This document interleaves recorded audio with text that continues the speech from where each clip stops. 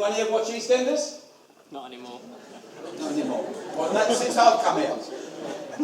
It's great to be here. My name is Arthur White, and I've travelled up from Cornwall, as Carl has said. I won't bore you with the details of me getting here, but believe you me, it's been a struggle. I left home Thursday morning at 4 o'clock. I've stayed in 3 hotels since then, and the hotels have actually got a little bit better along the way, I must say. And my wife and I have journeyed up and down the country. I flew up to Edinburgh. I tried to come home and couldn't make it home. They cancelled it. I stayed in Edinburgh, and then we got down to Exeter, and we drove up from Exeter. Oh, it's been an absolute nightmare. But good, God is good, and we're here. And as Carl said, the worship wasn't as long as you thought it was, but it could go badly wrong now. Because believe you me, if I get going, I can talk. I used to be a competitive powerlifter, representing Great Britain for a good number of years, and when I packed that up, my wife said, "You'll now be speaking for Great Britain." And one of the things I do, I actually travel around extensively speaking in prisons. I was in a prison in Scotland on Thursday, and I was speaking there to a group of guys, and about 4 of them had finished their sentence, and I was still carrying on talking. So if you do feel you need a little sugar fix, go out and get yourself a cake, bring it back in, and I won't mind that at all. As I said, my name's Arthur White. You can tell from my delicate tones and from the introduction, my roots are in the East End of London. I was brought up on a council estate in Essex, so I'm a sort of East End Essex boy. As my kids now call me, I'm an East End Essex old boy. I've got to watch the cable. How much have I got here? I could destroy the worship band and everything, yeah. That's good. And I now live in Cornwall. My wife and I, Jackie, we moved down to Cornwall about 10 years ago. They can't understand a word I say down there, which is great. I can't understand him either. But we now live in Cornwall. We had 2 children. I've got a daughter that's coming up to 38. She doesn't like me telling people that. She's struggling meeting 40 years of age. My son is 35, and we had 2 little granddaughters, little Kate, little Sarah. They're the little people. I'm not sure what they belong to in the church, but we've got 2 granddaughters. So I see the grandkids every day, which is lovely, and I travel, as I say, extensively around this country. Indeed, I've had the privilege of travelling around the world, sharing what God's done in my life. Now, before I continue, I want to say I am not an educated man. I am not a scholar or an intellect. I'm just an ordinary guy, but I happen to serve an extraordinary God. And what I want to share with you this morning is a little bit about my life. And this isn't just to big myself up. This is to try and explain to you where I was, where I am today, and something about the journey along the way. So I'm a very basic man. I'm a carpenter by trade. I'm a builder by profession. And I do tell people that I'm actually a minister now. That's a struggle for a lot of people to accept, but I am. It took me a long time to get that qualification. And I actually finished my papers, as it were. We was out in Canada, wasn't we, for our 60th anniversary, our 60th birthdays. We was out in Canada, and I finished all my papers out there. And I'm now a minister. I don't lead a church. Nobody would follow me anyway. And someone once said I wouldn't follow you down to the garden path. But I like sharing with people what God's done in my life. I can't deny what has happened in my life. Whether you choose to believe is entirely up to you. I'm not here to try and convert anyone. I'm just here to share with you my life and also to share with you the most important thing in my life, and that is my faith and my trust in Jesus Christ. As I say, I come out the East End of London. I'm married. Jackie is my wife. She's sitting in front of you. And Jackie and I have been together now. Actually, we met when we were 14. 14, was that kids? We got engaged at 17, and we got married at 19. So we've been married now for 44 years this year, isn't it? Apart from a little hiccup in the middle. So I'll tell you about that as we go along. And as I say, we've worked a lot together. Jackie and I actually do a little bit of a double act as well. She's got the other side of the story. So if you want to know a little bit more about me and about Jackie, please speak to her afterwards. I told you I'm a builder, or I was a builder. I stopped building a number of years ago. I had, materialistically speaking, everything that you would want in life. I had a successful and happy marriage. We did have disagreements and arguments, but it was always hurtful. There's not actually a lot of room between us, is there? So I've got to be careful what I say. I had a successful business. In the mid-80s, I was turning over a good few million quid on my own. I'm just a kid off of this council estate. And please try and remember this as I'm speaking. I had nothing when I left school. No money, no loans, no silver spoons. We had no privileges. Jackie also come from the council estate, the other side of the council estate. She said it was the best side, but that was always a debate. And we worked as kids, and we worked hard when we left school also. And I worked hard in the building, and I built a successful business. Jackie also helped me run that business, doing the finance and the accounts of that. I was turning over a few million quid in the mid-80s. I had men working for me. We had a big office, we had a big house, we had a villa in Spain, had a nice Jag. Jack had a little sports car, I had a few quid in my pocket. Life wasn't going bad for me. Life was good. I worked for everything I ever owned. I also had a successful sporting career. I was a powerlifter for a number of years. I'm a little bit different in size these days. I'm probably about 3 stone lighter. And I'm a few inches shorter as well, and I'll tell you how that came about as well later. And I competed for 30 years, 1976 to 2006, when I retired at 56 years of age. And during that 30-year period, I represented Great Britain for 27 years. I was an international lifter for 27 years. I was never out of the top 3 in the world for 27 years. Every international I went to, I came away with some form of medal. And obviously every international I went to, I wanted gold. And I came away with a few of them as well. I was 9 times British champion, 6 times European champion, 4 times world champion. I won the Open twice. I then went into the over 40s, the Masters 1, politely they called it, and I won that. I went into the over 50s, the Masters 2. They was getting a little bit more politer on this one. And I seriously considered the Masters 3, the over 60s. My spirit was strong. Unfortunately, the body was breaking up. So I retired at 56, undefeated British, European, and world champion. I was in the Guinness Book of Records between 1982, I think, and 1992, when they published British and European records then.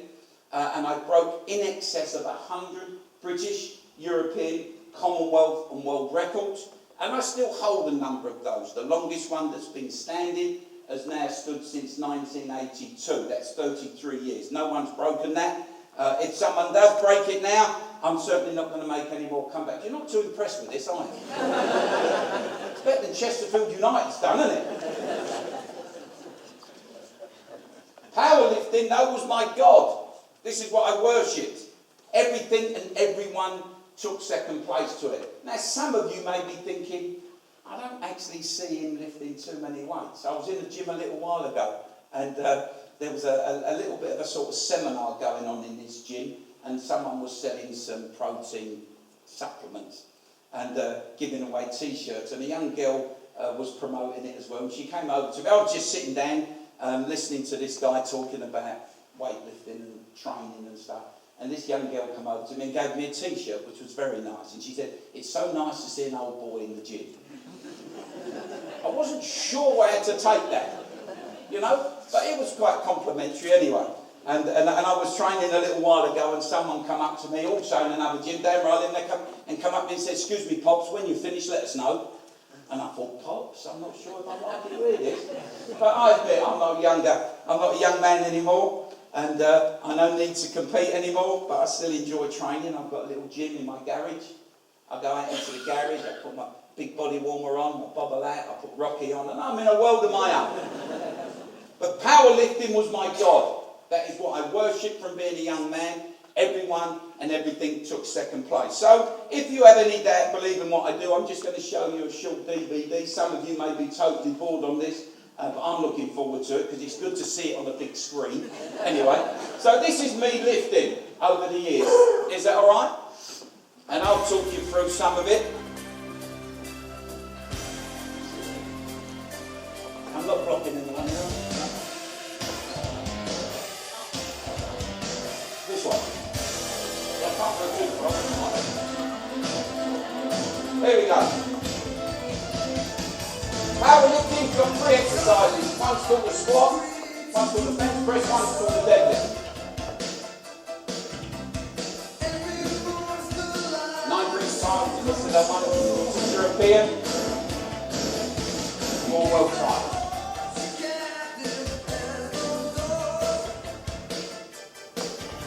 This was in Munich, 1982. This actually used to be a cine film. It then transferred to a video, then transferred to a disc. This is the first exercise we do. It's called the squat. That's about 720 pounds on there. 340 kilos, about 750 pounds. That's the first exercise you do. The highest lift there you actually keep on record. And then we do a second exercise which is called the bench press. This was 200 kilos, that's about 450 pounds. They then add those 2 lifts together. Then you've got a third exercise called the deadlift. That's 750 pounds, 340 kilos. I had a little bit more hair there. Actually, I had a lot more hair there. This is the second one, this is 360 kilos, just short of 800 pounds.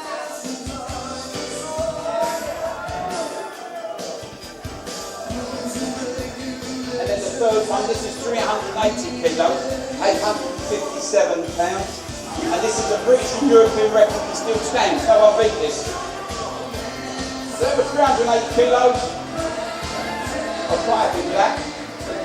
They add the 3 lifts together, the total is the biggest, and whoever's got the biggest total is the one that actually wins the competition. This is 1989. Gone on a few years here. I'm actually competing at the British Championships. I actually won the British title here. The man sitting down putting bandages around his knee, he won the British title at a lighter body weight. So he's champion and I'm a champion, but they also have a formula for finding out who is the champion of champions. There's a formula so I can actually compete against the line men. Me and Bill are training now for this. We have to now go into the deadlift. I'm British champion, no one can beat him. Bill's British champion, no one can beat him. But we want to beat each other on formula. My wife Jackie is sitting just in front of the platform, calculates all this out. I needed to equal my best ever of all time to actually get the champion of champions trophy. So I'm now going for 380 kilos. You don't lift this sort of weight too often in your career. I'm having another go at it. I haven't attempted this for a number of years. 380 kilos. My coach in white, he was quite happy about it. And so was I.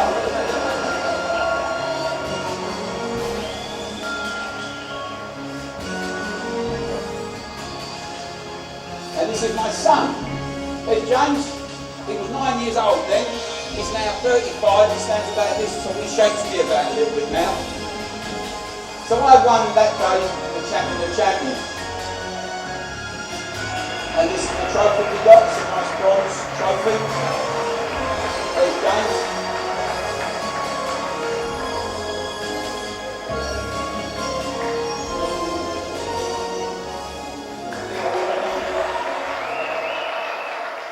We then move on. This was the UK Open in 1992. Years have gone on there, I'm in my 40s now, so I'm now competing as a Masters. And on this particular day as a Masters, I've got a world record deadlift.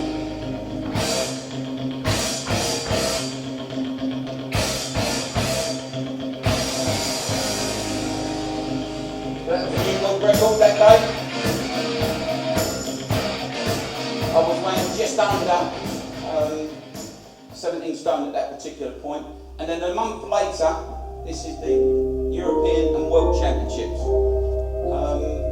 It was held somewhere up here in the north of England, Stone in Staffordshire, wasn't it? Stone in Staffordshire, that was it. This was the biggest single competition I've ever been in. So it was a combined European and World Championships, 2 titles at stake. I was a lighter body weight. I'd gone down a little bit in body weight, so I was weighing about 15 stone 10. And this was another world record. So I got a new world record this day. I won the European Championship. I won the World Championship. I broke 16 British, European, Commonwealth and World records. Potentially, probably one of the best competitive days of my life. But it was certainly one of the worst and darkest days of my life. And if you just, as I come off, this goes slow, the film will stop, you'll see a front facial picture of me. Try and keep this memory, so keep this picture in your memory, keep the date 1992. As strong and as powerful I was on that day, my head was mashed, I was in a mess. We plough on now from 1992 to 2005. I'm still competing, I'm now gone into the Masters too. You can see I've lost the hair. Still squatting, still bench pressing, still deadlifting.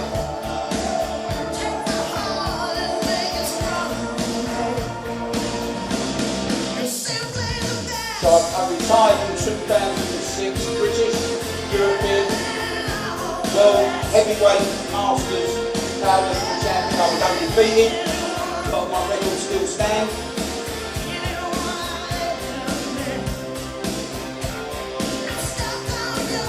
That was me competing.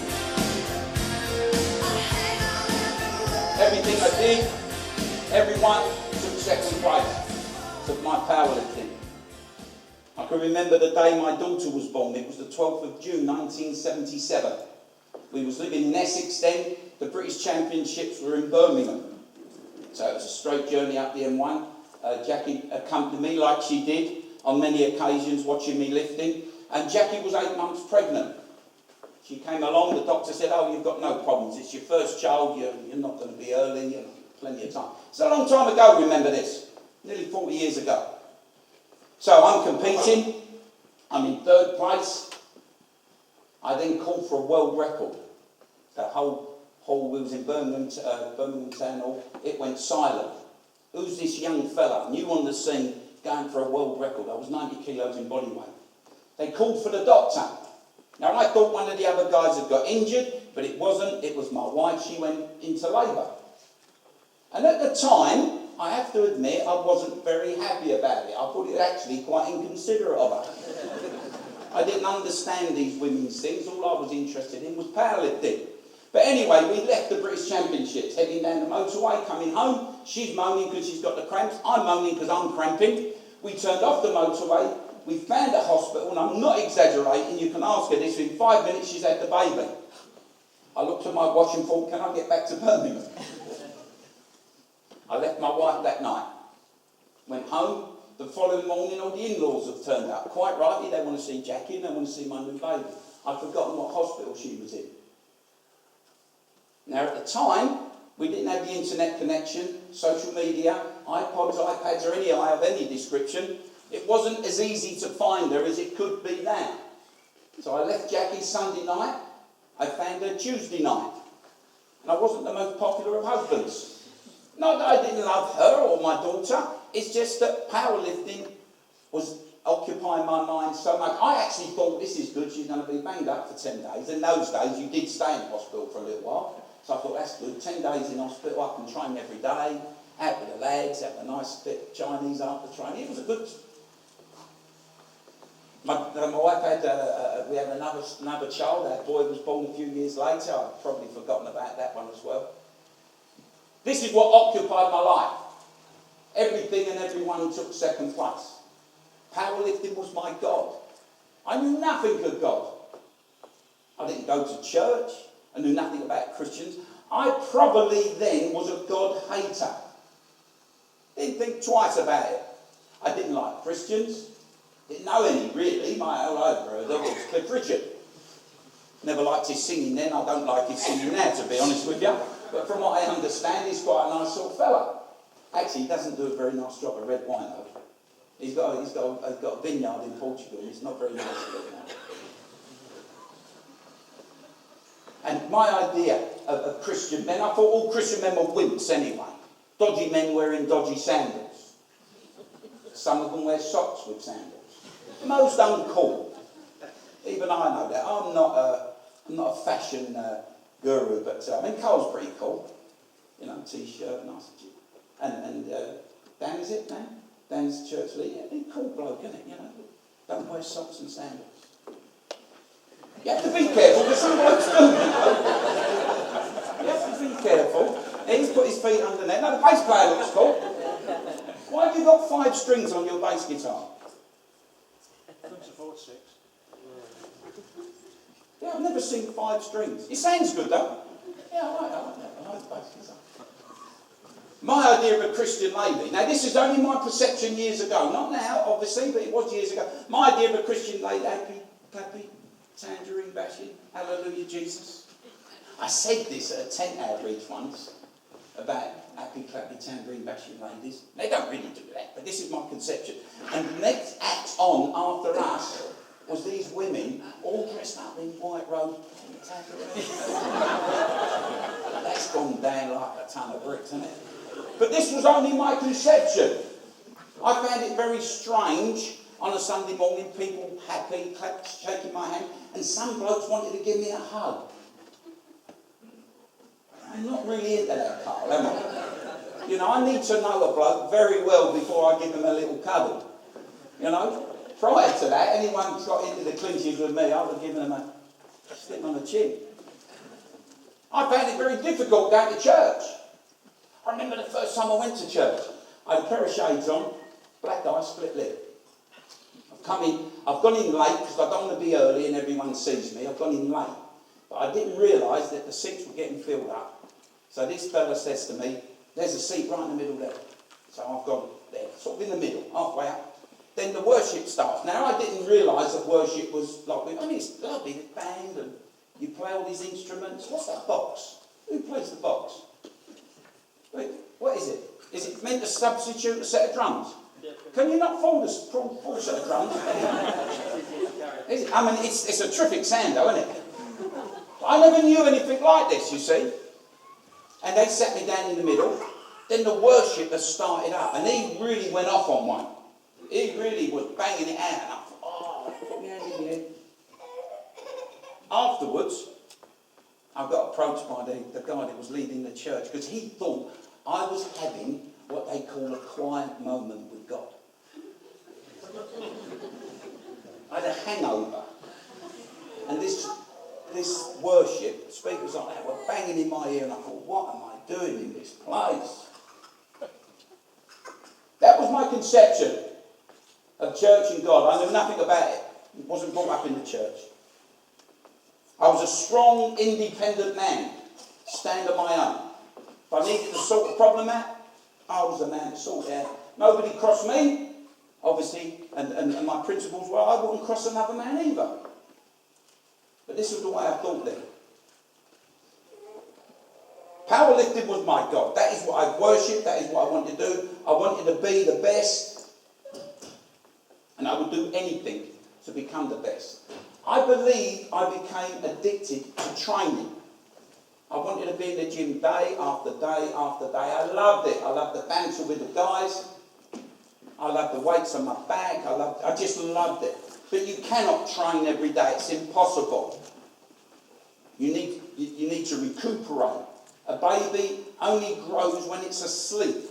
A baby doesn't grow when it's running around on the floor. That is a fact. A baby only grows when you sleep. You need to rest and recuperate. I wanted to train every day. Now, up to this point in my life, I was a relatively young man. I never smoked, never ever smoked in my life, never seen the sense of it. Nobody can convince me that smoking is any good for you. A bit of grass, in a bit of paper, setting light to it, sounds a bit crazy to me anyway. I never smoked, drank very little, and the only reason I didn't drink is because I was competing regularly. Alcohol destroys muscle, so if you're boozing it every weekend and you're training most of the week, you're actually counteracting what you're doing. So I drank very little. Got no problem with drinking. We had a nice bottle of red, didn't we, last night? A bottle of white, some cheese and biscuits. I love it. But I'm competing every day. I'm training every day. I'm competing regularly. So alcohol was not in my way of thinking. And I certainly never took drugs. I was clean. I could beat. The Americans were really big into it at that particular times, and some of the Eastern European. And I took great pleasure in beating them, knowing that I was clean. But I believe I became addicted to training, and like any addiction, you need to fuel it. I needed to find something. I found out from a group of guys that were training, they were taking steroids. I thought, well, if it's all right for them, it'll be all right for me. So I started taking just a few, just to give me that little bit. But once you start on that slope, believe you me, you're on a slippery one. Now, taking steroids, is anyone here, by the way, on steroids of any description, medically and otherwise? Don't have to, I'm not trying to embarrass anybody. My mum was on steroids for a good number of years. My mum actually died a couple of years ago, and she was taking steroids. They're good, they help the body recuperate, that's what they're made for. They can be given for many, many reasons. But if you've had an illness, an operation, you will have some form of steroid to help the body recuperate. My mum had cancer, plus a dodgy heart and all sorts of things, and they used to help my mum just sort of keep going. And we cared for my mum, by the way, for a good number of years before she died. And I travelled a few years ago from Cornwall to look after mum for a couple of weeks. And I phoned my sister, because my sister was my mum's main carer. And I said, Jill, I said, I'm really worried about mum and all these steroids. She said, why is that? I said, well, I've been here for about 10 minutes and she's beaten me 3 times at arm wrestling. My mum looked like Arnold Schwarzenegger on a Zimmer frame. But, like most things in life, the misuse and abuse causes a problem. As a young man, you will produce something like 30 or 40 milligrams of testosterone. Something like that. It's a fact. That's what makes men slightly stronger than women. Not all women, of course, not all men, but average. And that 30 or 40 milligrams of testosterone that you produce is what gets you through your day of work, your day of sport, whatever you do in life. I ended up taking 500 to 600 milligrams a day. My mum was on maximum 12 milligrams, maximum, to keep her alive. Most times she was taking 5 milligrams. I'm pumping into myself 500 to 600 milligrams of steroids of some description. I even started taking animal steroids. I had a friend of mine who lived down south, and he phoned me one day and he said, Arthur, he said, I've got hold of some veterinary steroids. They're very cheap and they're very powerful. Well, 2 things that appeal to me. I ain't got to pay a lot of money and they give you a bit of power. So I started injecting myself with animal steroids. It said on the bottle, 1 mil a week for a horse. 1 milliliter a week. A tiny little injection like that for a horse. I was taking 10 mil a day for myself. Now those particular steroids didn't do a lot of good for me. But I did win the Grand National twice. The truth was that my drug addiction was now controlling my life. I'm fueling my body. I'm working hard. I'm training hard. Fatigue was setting in. I then needed something to give me an extra little kick, a little bit of a boost. I'm happy now just having a cup of coffee now and again, just to give me a little bit of a wake, but that's about it. I started taking speed, amphetamines, salt, and then cocaine.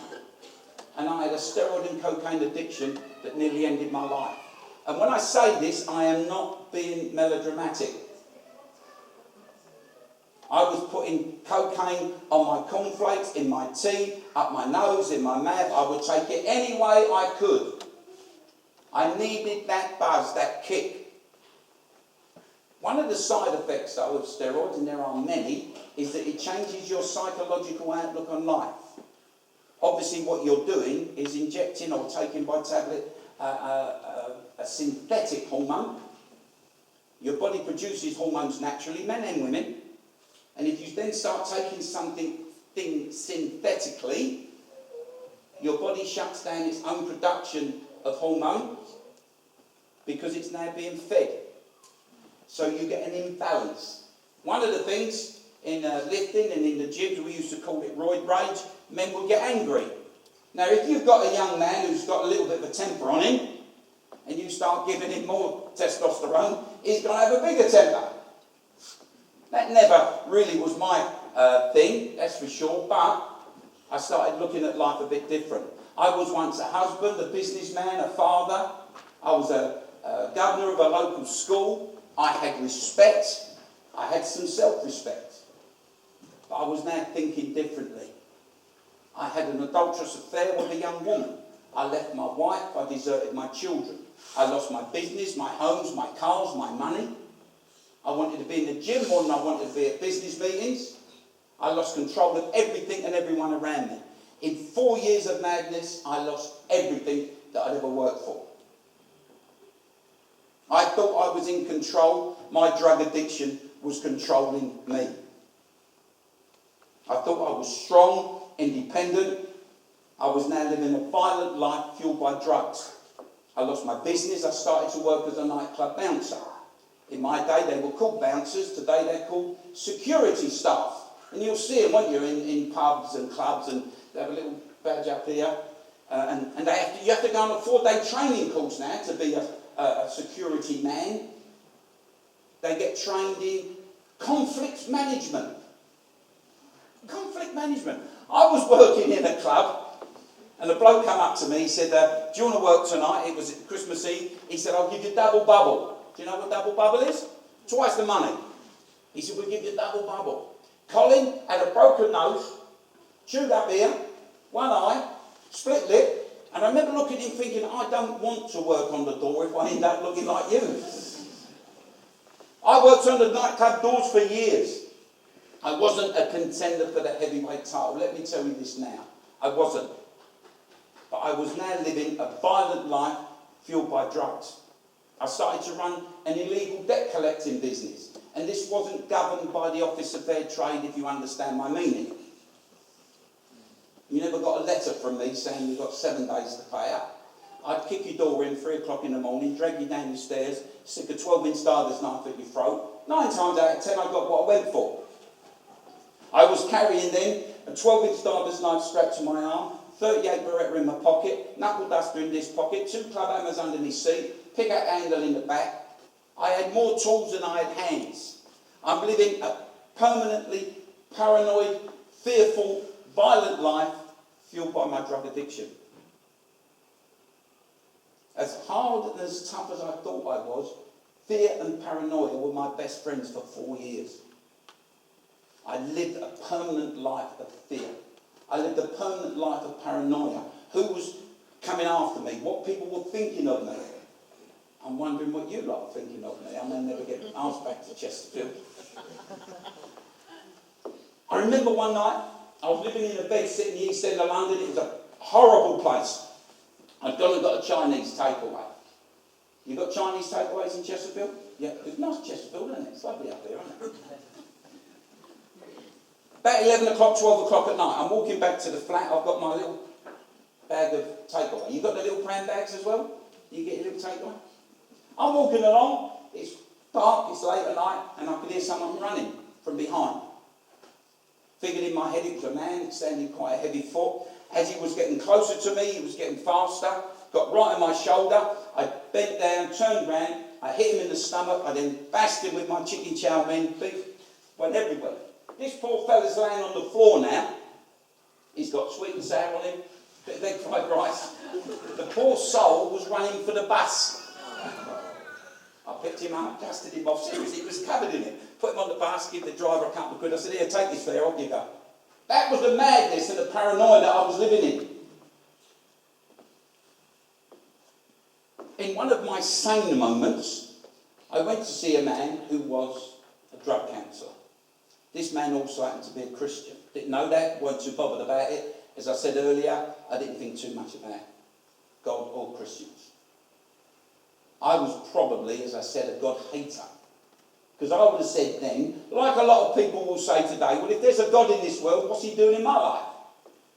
I don't see God at work, and especially when you switch the telly on or read the newspapers, it's a question. What is God doing? What is happening?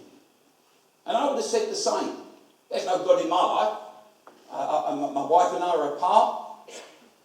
I'm a drug addict. I've lost everything over work. God ain't doing nothing for me.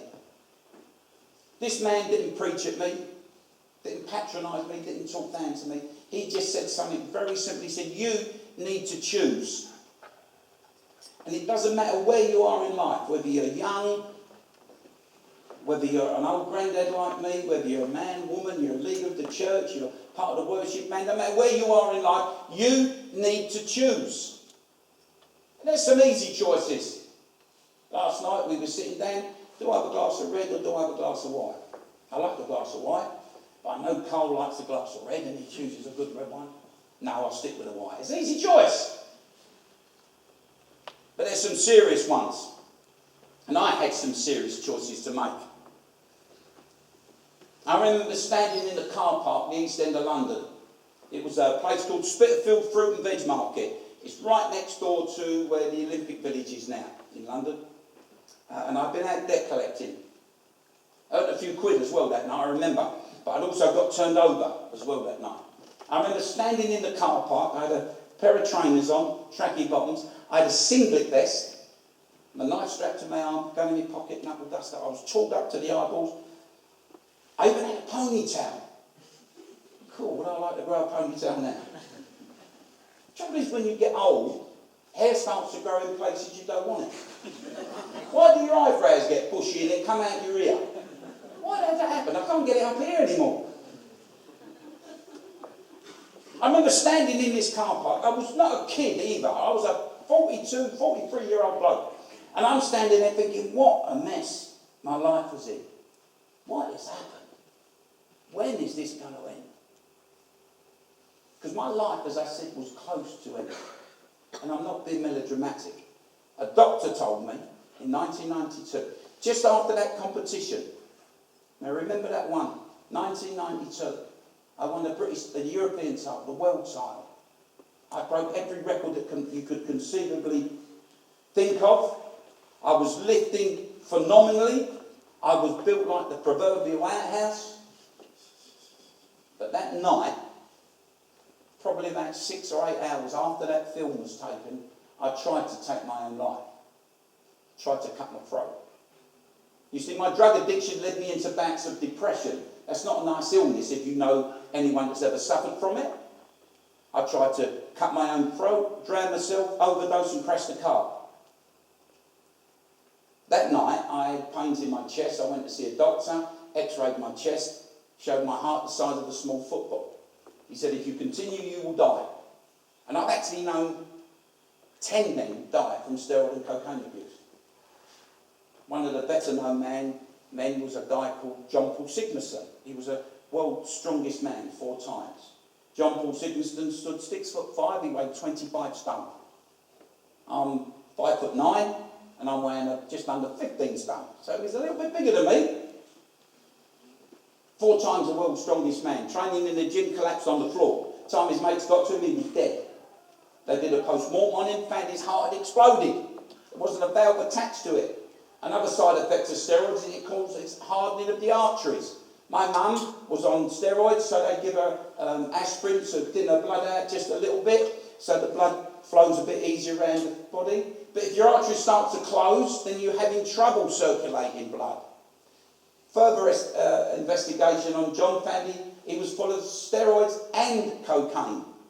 So his heart was now working overtime. Any stimulant makes the heart pump faster than it should. So he pumped the blood out of his heart quicker than it should. It hit the blockage, came back, backfired basically. He was dead before he hit the floor. And I've known 10 men die, the youngest being 21. And recently I read in the papers there was 2 19-year-old boys died, steroid and cocaine abuse. 2 lads in Liverpool, 17 and 19. Steroids and cocaine again. And now on colostomy bags because they was injecting themselves, the infection in their bowels. 17 and 19 years of age. But this is the madness of my life. This doctor said, you will die if you continue. I tried to take my own life, and I was making a lot of enemies. You don't live that sort of life without making enemies. And there were men in the East End that were going to end my life, and I'm not being melodramatic when I say that. 23 years ago, my life was that close to ending. I stood in this car park. I was on my own. I wasn't in a nice theatre like this with nice worship bands and a nice cup of coffee and some cakes afterwards to eat. I was on my own in the East End, freezing cold March morning. I just stood there and said, well, if there's such a thing as a God, come and sort me out. Now, there was no booming voice, no choir of angels or the opening of the heavens. But I wanted that to happen. You see, I wanted a revelation. I wanted something to touch me. But something did happen. Because I'd lost the capacity to love and be loved. I wouldn't let anyone near me. And I certainly wouldn't show any affection to anyone. I lived this life of paranoia. That fear and that paranoia left me that morning. So let me tell you, as I continue, what I believe, so you know where I stand in my life. As I said, I'm not an intellect, I'm not a scholar. If you want to debate a verse from the Bible, you go and speak to the church leader, or Carl. He's a pretty clever fellow. I don't understand everything in life for sure, but let me tell you what I believe. I believe that God created heaven and earth. I do not believe we're here by mistake. My mum died at 86 years of age. I do not believe her life was just gone. It was pointless. There's nothing left. I don't believe we're here by mistake. I don't believe we come from monkeys either.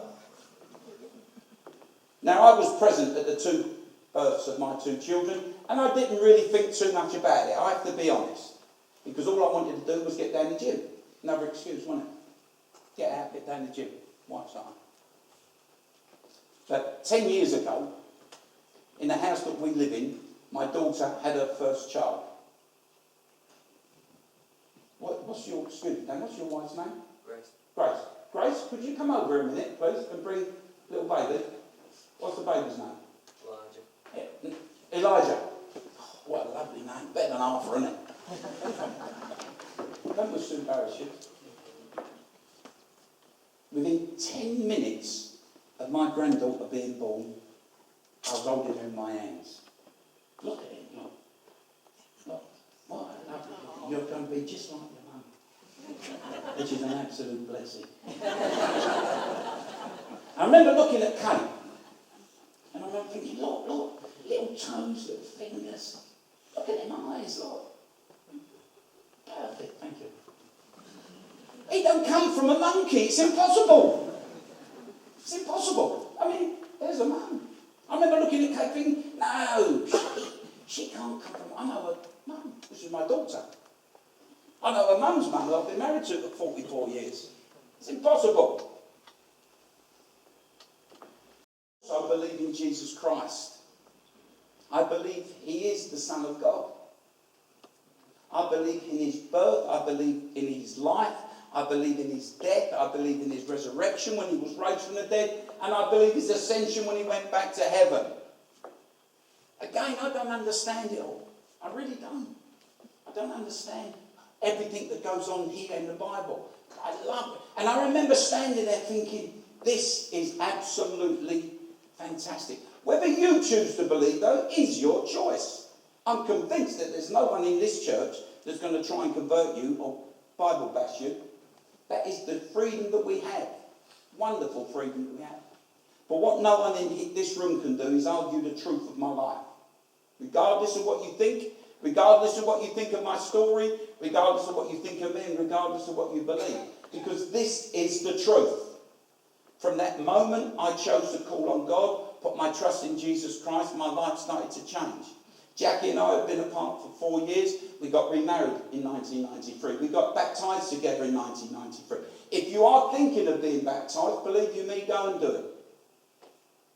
Don't worry where you are. Don't think, oh, I've got to get my life in order. I've got to do this. I've got to be older. Or I'm too old. Go and get baptised. It's biblical. It tells us in there. Put your trust in Jesus. Get baptised. That's it. It's finished. On you go. I have the love and respect of my children. I have everything that I need in my life. I'd lost everything. There's plenty of things I want. I happen to like a BMW. Is there anyone here that runs a BMW dealership? No. I've tried that so often. I said this in the prison a while ago though, and a fella come up to me afterwards, he said, I'm out in about a year's time. I would like to support you. I'm thinking, this is quite nice. He said, I've got a mate of mine who's into motors, and I'm thinking, I know what's coming. He said, I'll get a BMW for it. And I thought, I can imagine this transit man pulling up a little trailer, dropping off a BMW, no number plates, no, and off he goes. Now he's that. What do I do? It hasn't happened. But anyway, I do have everything that I need in my life. But you have to choose. All of us have a choice. As I say, no matter where we are in life, you have a choice. You have a choice this morning. You have a choice this morning if for the first time to ask Jesus Christ into your life. You may choose to, you may not to. We may never meet again. Some of you may be pleased about that.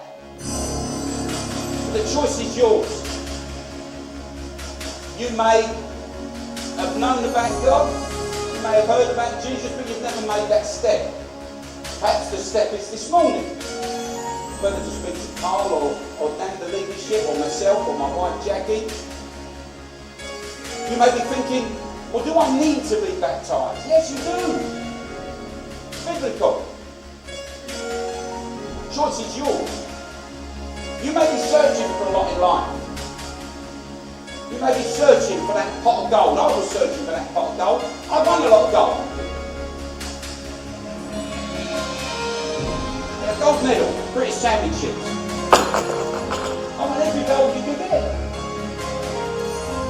European champion. Oh, this is a good one. Oh, let me take this in case I get tongue upset.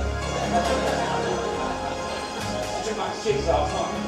There's a nice goal. Won South Africa, 2005, my last world title.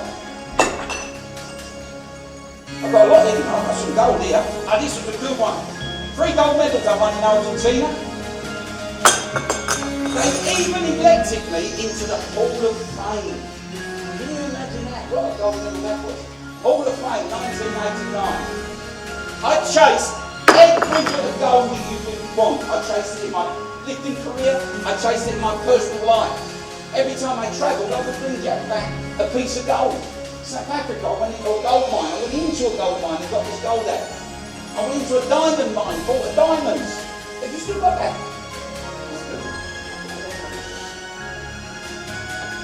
It says in Revelation, I counsel you to buy from me gold refined in the fire, that you may be rich. Refined in the fire. They mean nothing. Absolutely nothing to me. I don't know if you've read the Bible and Paul writes it in Acts somewhere along the lines that everything is pointless. Everything means nothing. They truly mean nothing to me. I love having them. I love powerlifting. I still love training. They mean nothing. Because it says there, I can get pure gold, refined in the fire, God's gold. It says in the Bible that I am adopted into His family. You are adopted into His family. If you don't know the Lord, you can be adopted into His family. It says also in there that I am co-heirs to the throne of God. That's what the Bible tells me. If I'm a co-heir to the throne of God, that makes me a brother of Jesus Christ. I believe He's the Prince of Peace. I become a prince. What more do you want? People have said, well, I want God to speak to me. I want God to do this. What more can God do for you? He gave His only begotten Son, so that whoever believes in Him would not perish and have eternal life. I don't know what eternity is like. I don't know what heaven's like. Let me tell you something, ladies and gentlemen. I know what hell's like. I lived 4 years in hell, fighting every day for my life. seeing my wife and my children destroyed by the foolish acts I did, becoming a drug addict. I chose to ask Jesus Christ into my life, and he turned my life around. Hasn't been easy. Let me tell you, life ain't easy. If anyone ever says that giving your life is going to be sunshine and roses, they're not telling you the truth. 23 years after I stopped my drug addiction, I'm still suffering from it. I've had 8 major operations on my legs. I've got false knees. I can just about get out of that chair. You would have seen me getting dressed in the morning. She laughs her head off. Can't get me socks on, me boxers on. Don't even think about it, girls. It's horrible. I've had 4 operations on my heart. They've stopped my heart now 8 times to try and get it back into gear. I've ruined it. I'm 64, my heart's 84. Doctor said your heart's like a piece of leather. I'm waiting for some results now. They think I've got lung cancer. They joked a few weeks ago that I was dead. He's worried that I may not make the summer meetings. I'll be at the gathering, don't worry, son. I might have a set of wings then, though, you don't know. I'll be back.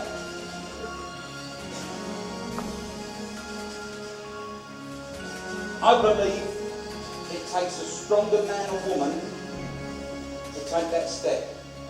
I was one of the strongest men ever. And that's his records. This ain't me talking, this are records. I was one of the most powerfulest men ever. I did things before other powerlifters and strongmen were even thinking about it. Whether you're young or whether you're old, rich or poor, man or woman, boy or girl, you need to choose. And the choice is yours. You could choose like some of my mates. You did. Some of you may think, this morning, you might be doctors, nurses, you may be young students, never done the things I've done. Some of you think, well, you needed God, that's for sure. But it also tells me in there, and I take great comfort in this, it says, everyone has fallen short of God's standards. Everyone. It says everyone needs a saviour. Everyone. Not just me being a bad boy. It says in there, even calling your brother a fool, you're in danger of hellfire. I call people more than fools. I swore daily at people, threatened them, frightened them. Amazing grace. How sweet the sound. I once was lost, but now I'm found. That's the truth. You have a choice, ladies and gentlemen. I beg you, choose wisely. You could have a glorious life. Thank you very, very much for listening. Thank you for your patience. I ain't even looked at the clock. Oh no, it's not bad. Thank you.